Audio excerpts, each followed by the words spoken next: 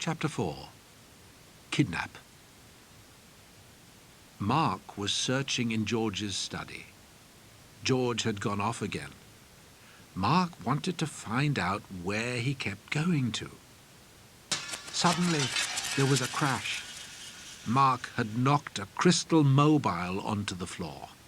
He looked in horror at the broken mobile. The sound of the crash brought Lisa and Erica running in. They looked at the broken mobile, shocked. Just then, Uncle George came in. "The window was open, and a gust of wind must have blown in and knocked it over," lied Erica. "We all heard this crashing sound and rushed in." George looked at Mark. He guessed that Erica was lying to protect Mark. After Erica had gone, George asked Mark how the mobile had really been broken. "There's no gust of wind that could have knocked it down," said George. "And I know that window was shut, because I checked it before I went out." "I did it," admitted Mark. "It wasn't Erica's fault. I wanted to find out what was going on. You keep going off, and you don't tell us where." "That's true," said George.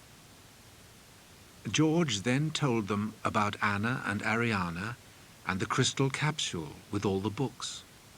He told them that Anna and Ariana had worked out where the second key was hidden. It was hidden at the site of a great battle. That place is now a children's farm.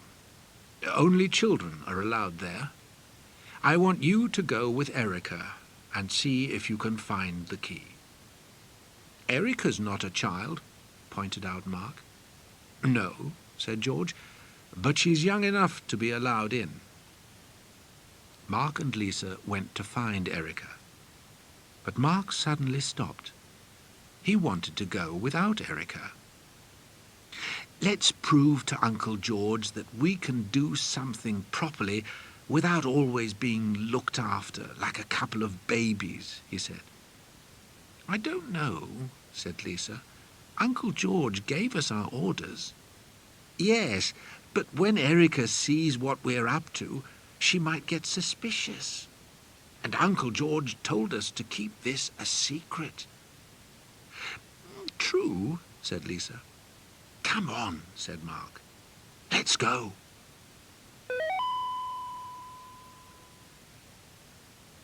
Mark and Lisa set off for the Fen Street Children's Farm.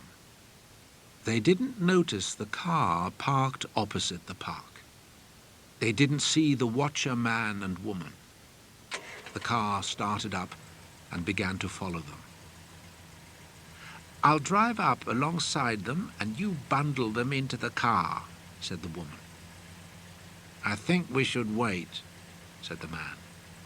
"We were told to catch them, not watch them," said the woman. "I think we should see where they're going," the man pointed out. "Perhaps they're going to find another key. If we got the children and the keys, then Sir Derek would be very pleased with us." "That's a very good idea," agreed the woman. Mark and Lisa arrived at the children's farm. They told the warden they wanted to do some digging. He showed them part of a field. He said it hadn't been dug up since Roman times. Mark looked at the huge field and groaned. "We'll never find the key," he complained. "Remember what Uncle George told us about using the power," said Lisa. "Let's use that crystal. It might act like a magnet again, like the last time." "I don't believe in all that nonsense," said Mark.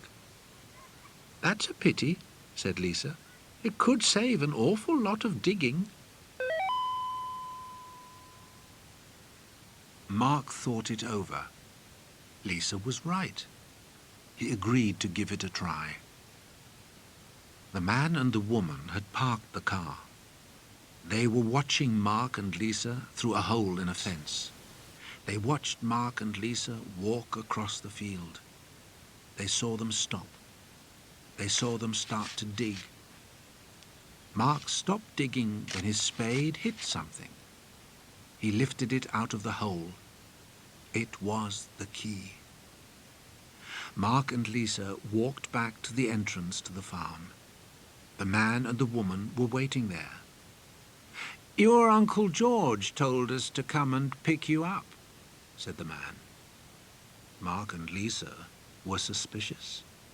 They had been warned not to go with strangers. They began to back away from the man and woman. "Get hold of them!" shouted the woman. Mark and Lisa ran. The man and the woman began to chase them. Mark and Lisa ran towards a hole in the fence. They had to get away. Suddenly, a man came through the fence. It was George. The watcher man and woman stopped. Then they turned and ran away. "Uncle George!" shouted Lisa. She was so glad to see her great-uncle.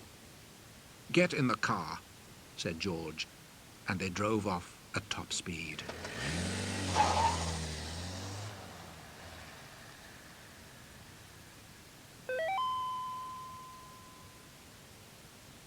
George was angry that Mark and Lisa had gone off on their own. He told them to always remember they were in danger from the watchers. Mark and Lisa promised they wouldn't do it again. They showed him the second key. George told them he'd been in touch with Anna and Ariana. They had worked out that the final key had been hidden at the Roman baths. The Roman baths were now a museum. George and the two children went to the Baths Museum. Mark spotted the final key in a glass case. That night, George, Mark and Lisa came back to the museum, but it was shut. George used his powers to open a window. Then George, Mark and Lisa worked together to use their powers to switch off the security alarms and recover the lost key. "There," said George, "we now have all three keys." "But not for long, Guardian," laughed a voice. They turned. Standing there were Dr. Burns and some watchers. "Hand over those keys," snarled Burns.